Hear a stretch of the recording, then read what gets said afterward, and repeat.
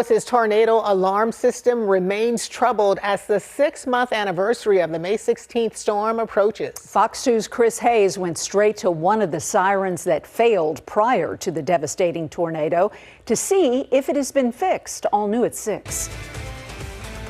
This is one of 22 tornado sirens that reportedly failed to sound off back in May.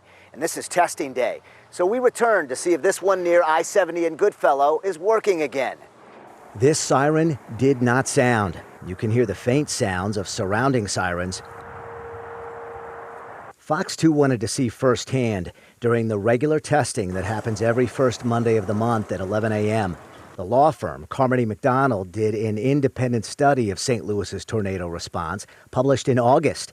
An 80-page report included findings that 22 of the city's 60 sirens failed in a test prior to the May 16th storm. Here's another one that failed in May, according to the report.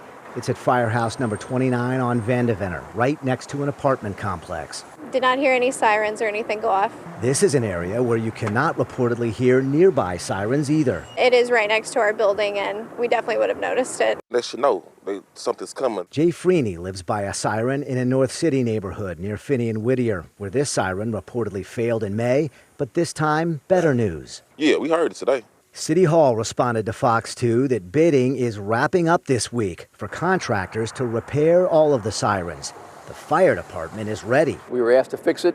We fixed it. Fire Chief Dennis Jenkerson gave us the first ever look at their now completely automated system. Once it hits here, our sirens go off. Back in May, the system required someone to physically push a button, which they still have if there's a unique emergency, such as a toxic spill. This is the activation button. The fire department's been ready since June 18th with full automation. Chief Jenkerson says they're just waiting on about 10 more towers to be fixed under a different department in the city. That's not under my keystroke, so to speak. That has to go through engineering and the Board of Public Service. City Hall tells us they hope to award a contractor to finish the job any day now. For the Fox Files, I'm Chris Hayes.